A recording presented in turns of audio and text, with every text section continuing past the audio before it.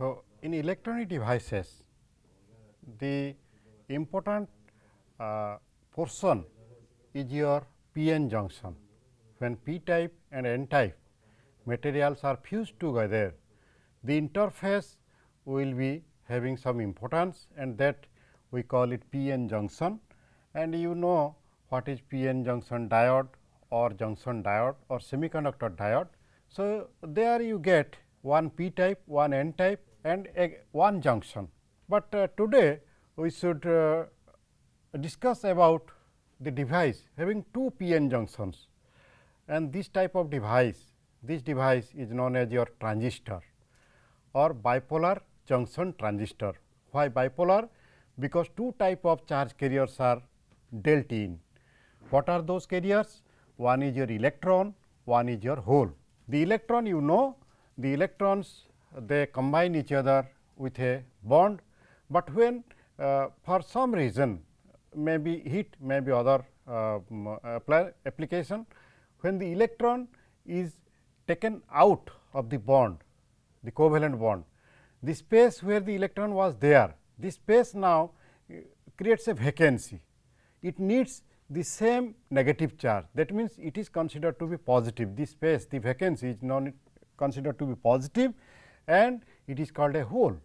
So, electron hole pair generation etcetera we know, and now we should be going to a new topic, that is a transistor, in which we get two p-n junctions. The diode was having one p-n junction, now you have to dealing in two p-n junctions, that is your transistor. So, transistor means we will discuss later in detail. So, it has two p-n junctions, This is one characteristics. Another is that it deals with two charge carriers, two type of charge carriers, that is your electron and that is your hole. And the construction wise, if you check, if an n type semiconductor is sandwiched by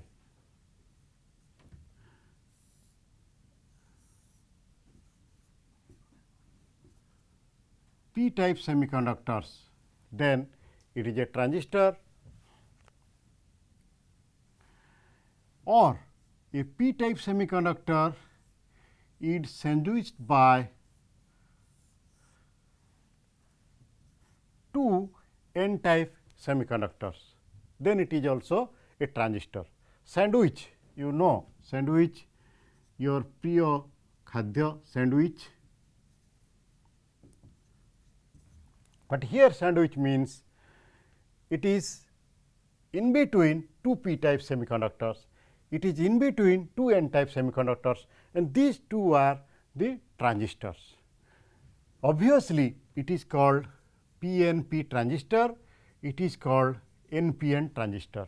So, transistor is an electronic device which consists of two p-n junctions, and it is formed by sandwiching either p type semiconductor between a pair of n type semiconductors, or it is formed by sandwiching a n type and n type semiconductor between a pair of p type semiconductors. So, this is what you see, and we have the symbol, just like diode has a symbol, we have the symbol for the transistor. What are those?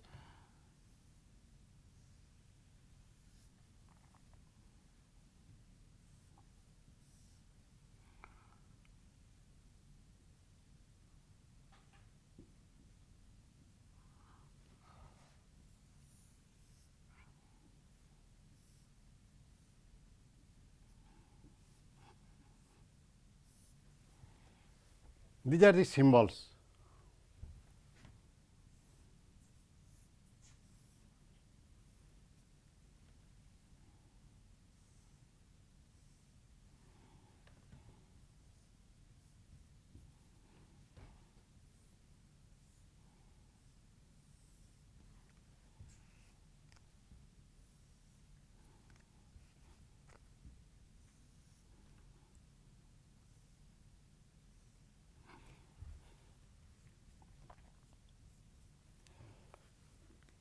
this is NPN transistor, this is PNP transistor. For NPN transistor, this is the symbol.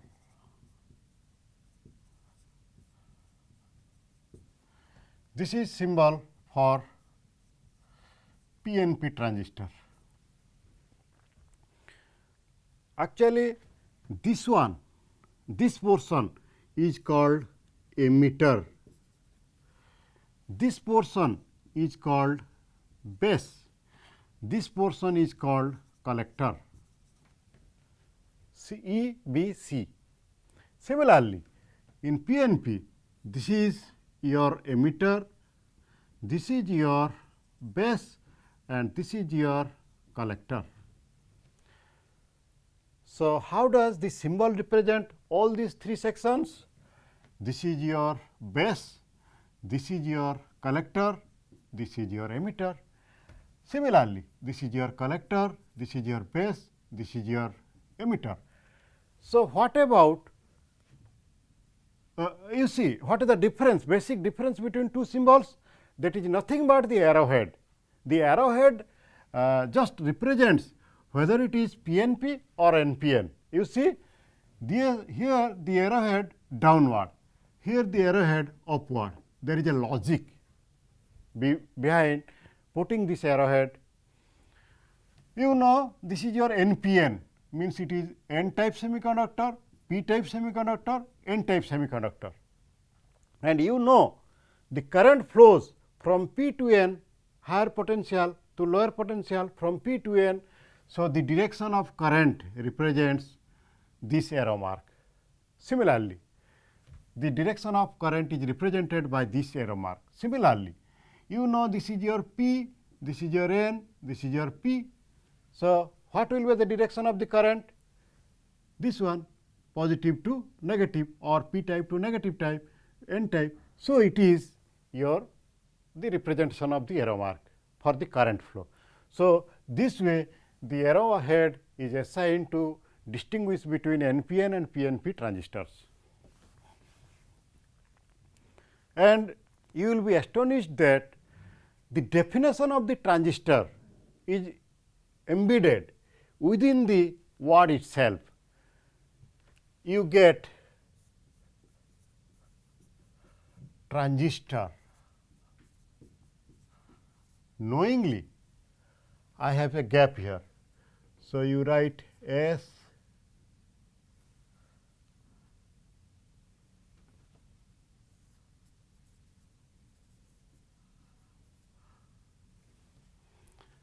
transfer of resistor. You see, transfer of resistor, these letters are omitted and you get transistor. So, you will come later while explaining you transistor action. At that time, this sentence or this phrase will be having some importance. So, now the figure will distinguish between the NPN and PNP transistors. Actually, physically you will see the transistor to be like this. Three legs will be there, one will represent collector, one will represent emitter, one will represent base, and a cap will be there. So, cap, three legs, this will be physical show of the transistor. When there is a transistor, we should utilize them to get something more. So, for that we should have a device using the transistor, and you know transistor has three ports, one is base port, one is collector port, one is emitter port. But for a device usually we need two input and two output port, PORT port, but here three ports. So, we are in a situation to compromise. What is that compromising? That one port has to be taken common. That means, if you take emitter as the common port, then your collector collector and emitter, one emitter base another. So, this is your input section, this is your output section. This is how you get a device. So, my aim is to explain you that because the transistor has 3 ports. So, the transistor should be such that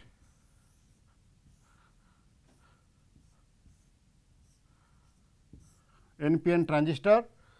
So, it should be such that the emitter is common, that means base and emitter, that will be your connection where emitter is a common port.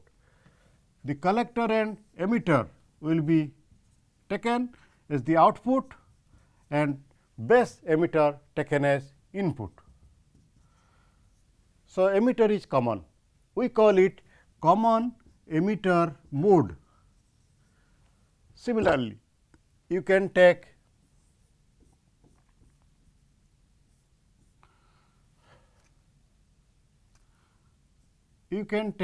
base as the common. Emitter base is the input and collector base is the output, where base is common. So, this type of transistor is called common base mode connection, and the left one is collector. So, there will be provision for common collector transistor. Simple, here is your base, here is your collector, here is your emitter. Always I am using common emitter mode, because in our usual practice we usually use the common emitter mode of transition. So, it is your collector, emitter, base.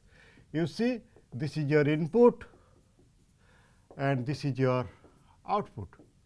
So, it is now common collector mode.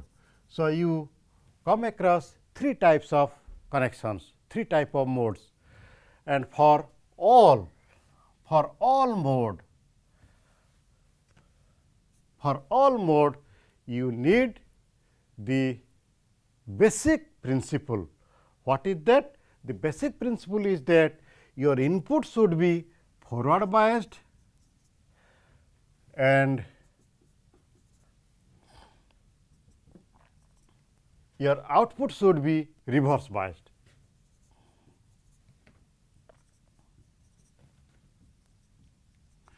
This is the basic principle behind transistor operation or transistor action. Because you see, you get 2 junctions, one is base collector, one junction, emitter collector another. So, 2 junctions. Here you get base emitter one junction, collector emitter another junction. Here you get emitter base one junction, collector base another junction. So, in all connections, in all mode, you have 2 junctions, one junction is forward biased, the other junction is reverse biased. Then only you can get the transistor operation, or you can have the transistor action of the transistor. And another important thing is that you have to have your base very, very thin. So, you come to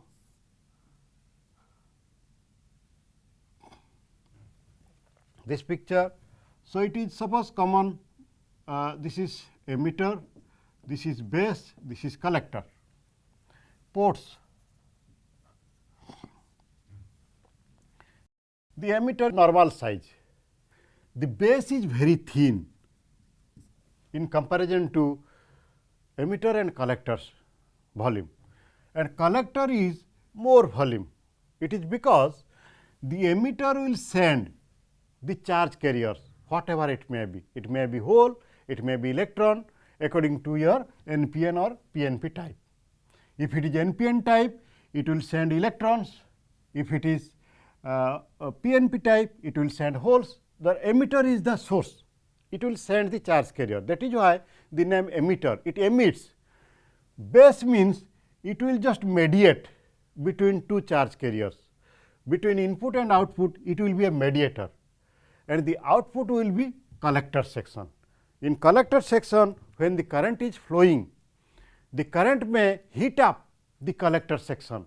Therefore, the heat should be radiated, otherwise the resistance or other parameters of the collector section may be changed, altered. Therefore, the collector section is made bigger, so larger, so that it will have more area, more surface area.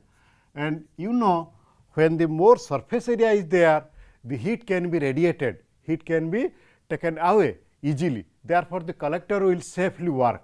So, the theme is that the emitter will send the charge carrier, base will be the mediator, and C will collect the charge carriers. That way, the input current will be the output current.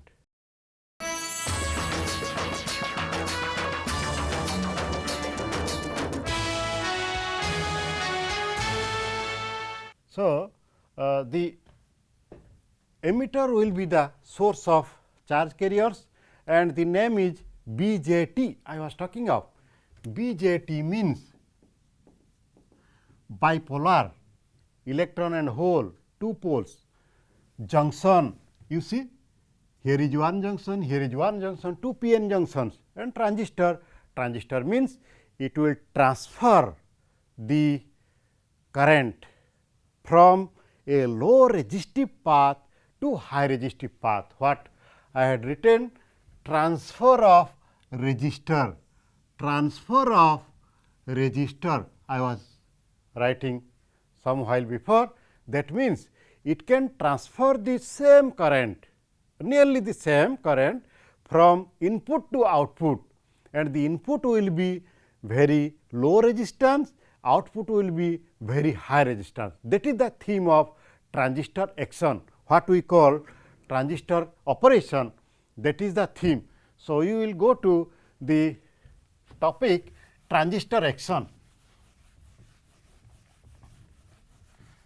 So, in transistor action, what is happened?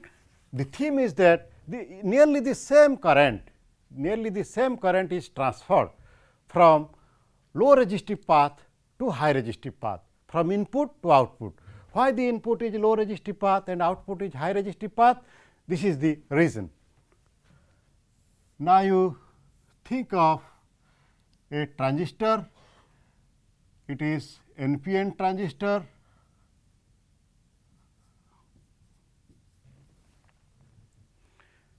I have told you that the input should be forward biased and output should be reverse biased. That was my condition for transistor action, and base should be very thin. Means, if there are n type means 100 electrons, say, for assumption, for simplicity you say 100 electrons, then, but actually it is not 100 electrons, it is actually for conductor it is 10 to the power 28 electrons per meter cube. It will be around 10 to the power 22, 24 electrons per meter cube. So, it is 100 electrons, say. Here it is one hole, because it is p type, one hole free charge carrier. You neglect this one, do not worry about this one. So, what happens? The input should be forward biased, that was the condition. The output should be reverse biased, that was the condition, and base is thin, that was the condition. Now, the condition is fulfilled. When I am taking 100 electron concentration in n type, I am taking one hole, very thin, lightly doped. So, this is forward biased. It is n type. N type means the battery should be connected such that the negative terminal of the battery should be connected to N and positive terminal to P. Now, it is forward biased. Similarly, the N type, that should be connected to positive terminal, so that it will be reverse biased. and this battery has a particular name. This is called, because it is connecting, suppose it is emitter, it is base, it is collector. So, this battery is the biasing battery, it is biasing the emitter, and hence it is called VEE, DC battery, VEE, capital letters. Similarly, it is biasing the collector end, so it is VCC, capital. So, these are two batteries, it is forward bias, it is reverse bias. Now, if it is forward biased, then the depletion region will be omitted, will be 0, because it is forward bias. Suppose it is germanium diode, germanium junction, then it will be 0.3 volt, then after the charge carrier can cross the junction. So, the 100 electrons cross the junction, now you get 100 electrons here in the base circuit due to forward bias. You know, when the electrons are there, when the hole is there, they will recombine. So, one hole will recombine with one electron. Recombination means the electron was taken from the covalent bond to give you the a hole. Now, what happens actually? The hole and electron combination means, suppose this was the electron and this was the hole. Now, you get the electron. So, actually recombination means the electron will go and sit at the hole. That means, the electron is restored in the bond. Now, they will destroy the whole electron pair, and now I get 1 H plus 1 E. They are destroyed. Now, rest electron will be, for example, there will be 99 electrons there. Now, for the 99 electrons, it is reverse bias, I know, but here is positive end, it is negative. You see this battery? So, do you think the 99 electron will be opposed by the reverse bias? No. Interestingly, we have done it interestingly the reverse bias, the output bias. Output section is knowingly done to be reverse bias, so that the opposite charge carriers, when reach at the base, they will be attracted by the positive end, repelled by the negative end, then they can easily flow to the corrector circuit. So, what is the result? 100 electrons start from emitter circuit, 1 electron is just lost, you say lost, and 99 electrons can reach the collector circuit. If suppose 100 electron is your 1 amp or 100 ampere, suppose, then 100 ampere is coming, you are getting 99 ampere. You see, the resistance of forward bias, if it is 1 ohm, the resistance of reverse bias is 1 lakh ohm, 40,000 ohm. You see, but current is nearly the same. If it is very small, then it will be 99.99 ampere. For example, so you see the same current is reaching the high resistive path from the low resistive path. That is what transistor action is. Transistor action is now in a situation, the action put us in a situation to transfer nearly the same current from input to output circuit, from low resistive path to high resistive path. That is what transfer of resistor. And what happens then? What is the utility of this? Suppose the great thing is that total current sent by emitter is IE. The total current utilized in base IB, total current reaching the collector C. So, this is your great equation of electronics. IE is always equal to IC plus IB. Suppose there is a change of 1 volt here due to current 100 ampere, suppose, but due to current 1 ampere. but the resistance is very low. The same voltage change will be appear as 10,000 or 1 lakh volt here theoretically. That is what the amplification is. The transistor action enables us to get the high voltage at the output. Due to transistor action it is possible, and the equation is I E equal to I B plus I C. That is very important equation for us. In our mic, what happens? In our sound system, a signal is taken here. A signal is taken here from microphone. We speak here. Our sound energy produces current. This current is added with this emitter current, and this small current will be transferred to the output circuit.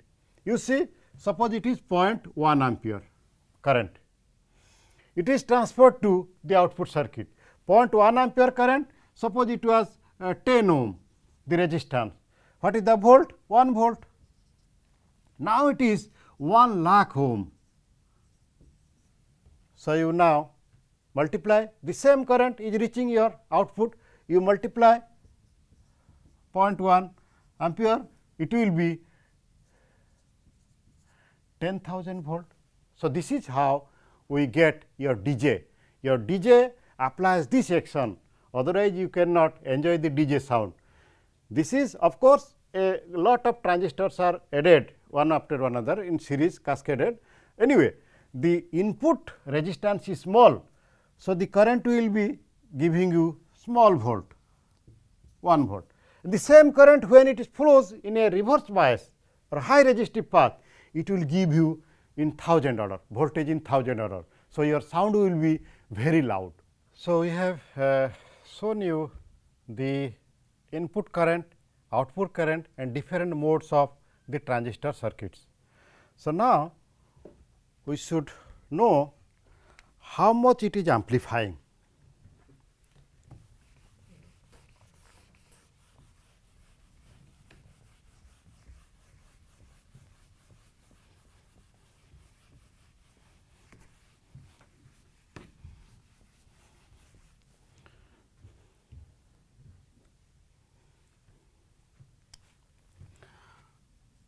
Current amplification factor.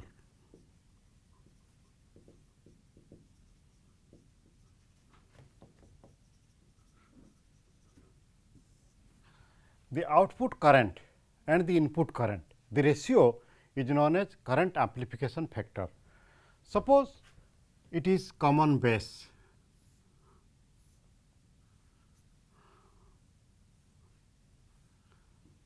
Base, emitter, collector, it is common base. Then your input output are given this way. So, the input current is your I E, the output current is your I C. This is the current and it is your I B, base current is your I B, and you know I E equal to I B plus I C. So, this I C by I E is your current amplification factor for common base. So, for common base, the change in I C current by the change in I E current is your current amplification factor, and that is known as alpha. Similarly, in current common emitter, this is your change in collector current by change in base current.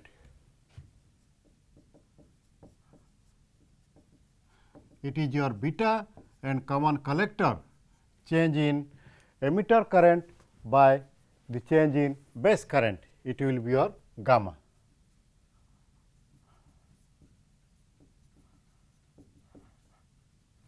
So, there are 3 amplification factors. One is alpha for common base, one is the other is beta for common emitter, the third one is gamma for common collector. And we have a beautiful relation, or you say beautiful relations among alpha, beta and gamma. Very easily you can derive the relations. You remember, very simple, but the great formula. What is that? That is I E equal to I B plus I C. This is your great relation. Now you find alpha, beta, gamma relation from this simple relation. How? First you divide by I E throughout. Divide by I E throughout. Then what it becomes? Then it is I E by I E equal to I B by I E equal plus I C by I E. Now you divide throughout I E. So now see I E by I E equal to 1, I B by I E, I B by I E, I B by I E, I B by I B 1 by gamma. Gamma you should write this way,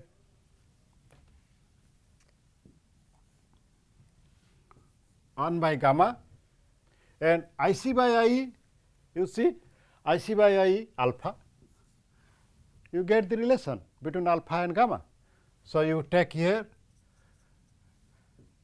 you kept to left side. So 1 minus alpha equal to 1 by gamma, or gamma equal to 1 by 1 minus alpha. So this is one relation. Another relation you see, just you just divide it by I E, then I B. You just divide it I B. I E by I B equal to I B by I B. First you write I E equal to I B equal plus I C. Then you divide I B, I B, I B. What you get? I E by I B, I E by I B, gamma. I E by I B, gamma. I B by I B, 1. I C by I B, I C by I B, beta. You see? So when it is I B is divided, so you get gamma equal to 1 plus beta, another relation. Third one, what is remaining? Now I E divided, I B divided, now the last one is I C. You now divide I C. So you first write I E equal to I B plus I C, divide by I C. What you get?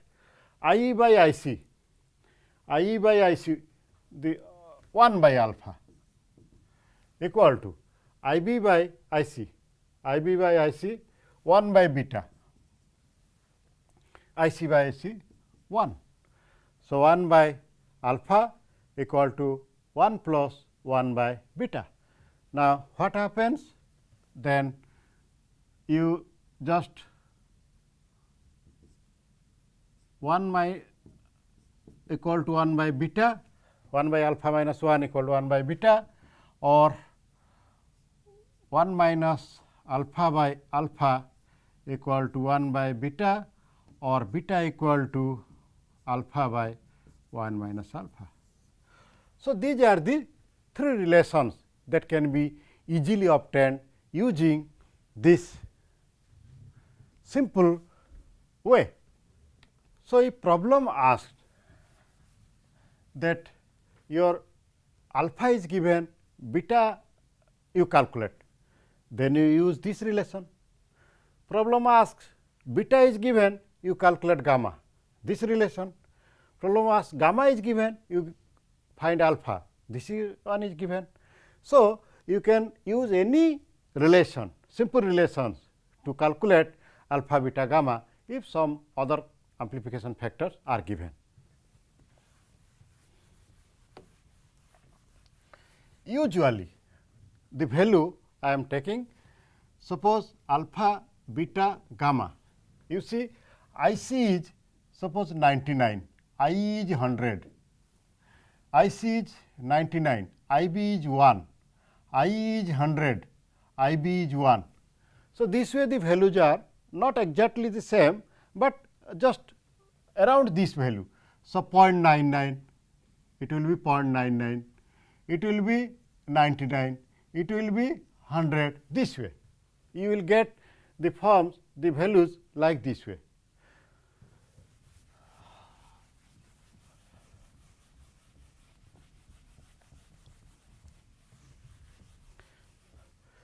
So, how they are connected? The common emitter, common base, common collector, how actually they were connected? I should go for a common base connection, in which the current amplification factor is alpha. I should go with common base mode. How it is connected? You know, the common base mode means the base will be common, the emitter will be left side, input side, and the collector will be at the output side. You take PNP. Okay. If it is PNP, then you draw the arrow this way. It is your PNP transistor, base is common and connection has to be done. I know it should be forward biased and I know it should be reverse biased. That means, this should be, that is P N P, but actually it is emitter, base, collector. So, P means this will be positive and to be forward bias, and this will be VEE. Similarly, reverse bias means, it is P means that will be negative and high tension is given, means more high battery is given, large battery is given, here small battery is given. So, this is the tentative circuit diagram, but I should have an option to change the potential here. To change the potential here, it is your VCC, to change the potential here. So, how can it can be done? It is done by the use of rheostat. What happens actually? This voltage is distributed along the resistance wire of the rheostat. So, you just use the rheostat. This is your resistance wire of the rheostat. This is your battery. It was P positive. So, P, it is VEE. Similarly, the other side, so the other side, it will be resistance wire of the rheostat and the battery will be this one, it is your VCC. So, I have just I have just modified the battery connection. This is your rheostat. If rheostat pointer or you can jockey, when the rheostat jockey or pointer is moving, the voltage across this one is changing. It is moving. It is moving means the voltage across this junction is changing. This is your junction VEB. It is called VEB. This is called VCB.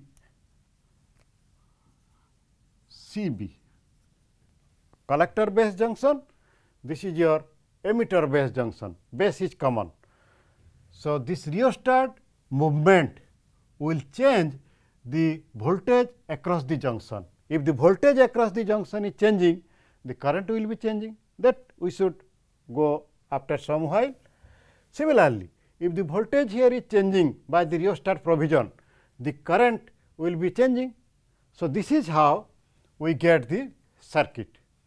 And to measure the current, how much current is moving, how much current is flowing, suppose IE current is flowing, here IB current is flowing, here IC current is flowing. So, how they are flowing?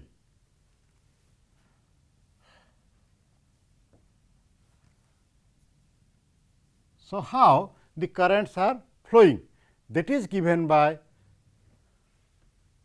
the voltage across the junction. So, now change your rheostat position, the voltage will be different, change your rheostat position, this voltage will be different. So, accordingly the current will be different.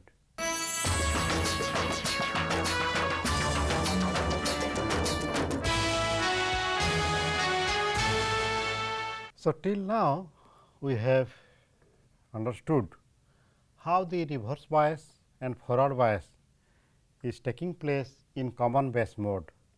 Now, we should know how the current and voltage are changing in input circuit and output circuit. So, in input section, as you see, there is emitter current, in output section there is collector current, but common current is I B.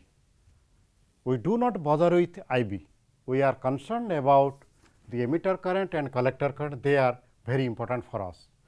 So, here the input characteristics means the input current, input voltage variation with respect to a parameter of the output circuit. Here input characteristics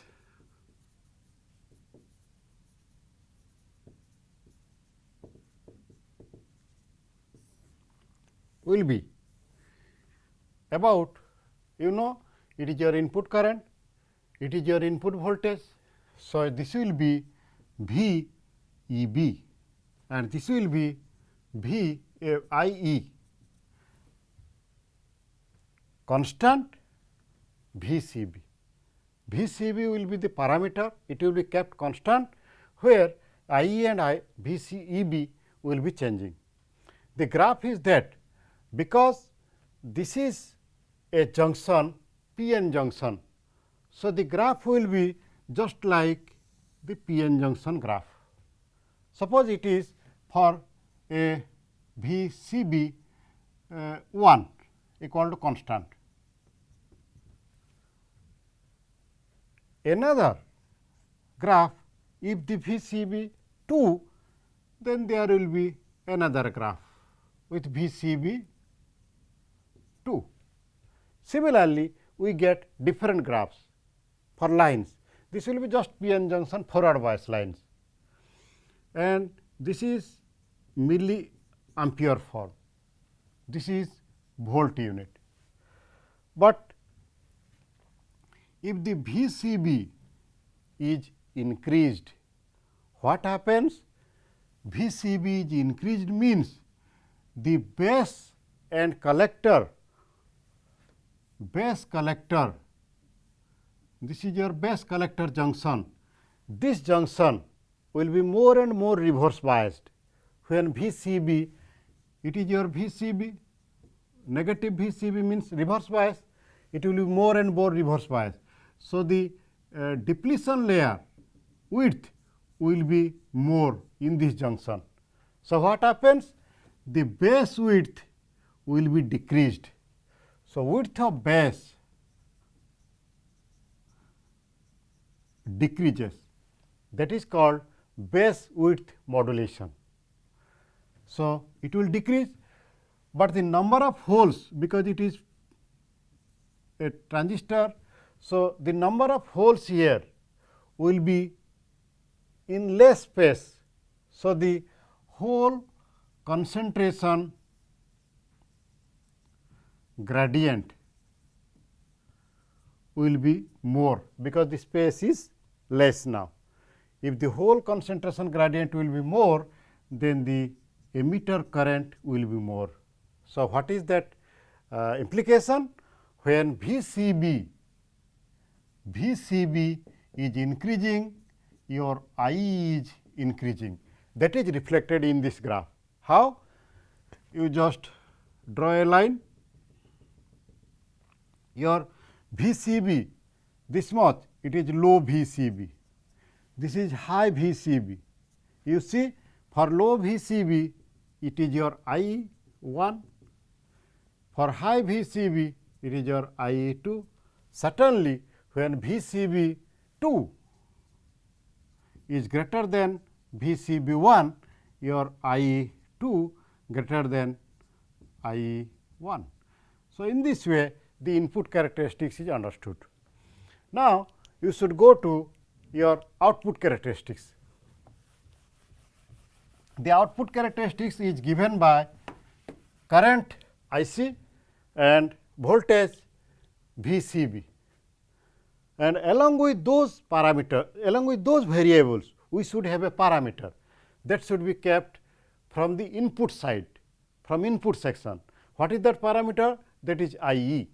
So, if you draw the characteristics curve for output,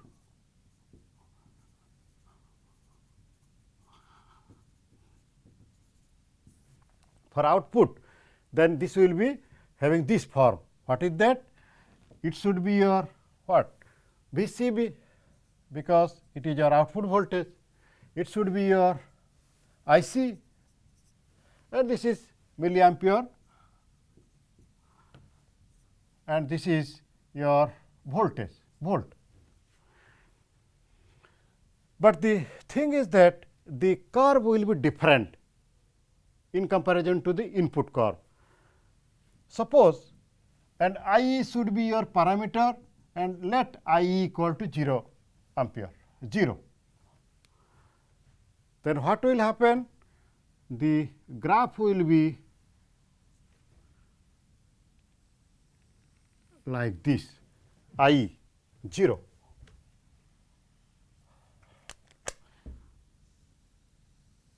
Here you can write IE 0. Then what is that? What is that if IE is 0? You know IE is nearly equal to IC. A very small current is lost at base. IB is very small, comparably 0. So, IC is equal to IE, but IE is 0. Then how IC is coming? How you got that IC? You just remember the leakage current. For reverse bias, there is a leakage current due to the minority charge carriers. In reverse bias, there will be current flowing even no IE is there, no input emitter current is there. There will be some current, very feeble current, there will be some current due to the minority charge carriers, and that is called reverse saturation current. So, this current is your current reverse saturation current. Of course, that is very small, that will be microampere or nanoampere form, and microampere for germanium. If it is silicon, that will be nanoampere, 10 to the power minus 9, it is 10 to the power minus 6. So, this is the leakage current. Then the action starts, the amplifier action starts. How? It is 0. Then if you increase the IE, obviously the IC will increase, because IE and IC, they are closely related. So, the graph will be this way. Suppose IE equal to 10 milliampere. Then again the IE will be suppose 20 milliampere. In this way, the graph will go on. In this way, the characteristic graph will be there. So, what is the conclusion then? Very interesting conclusion.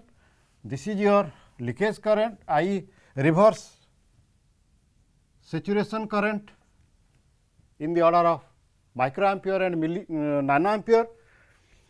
What happens here? You see the VC is changing. When you move from left to right, VC is increasing. But what about your IC? Here VC is this much, IC is this one. Here VC is increasing, but IC is same. Here VC is increasing, but IC is same. This is IC. This is IC. So, IC constant, or independent with respect to VCE. That means VCB,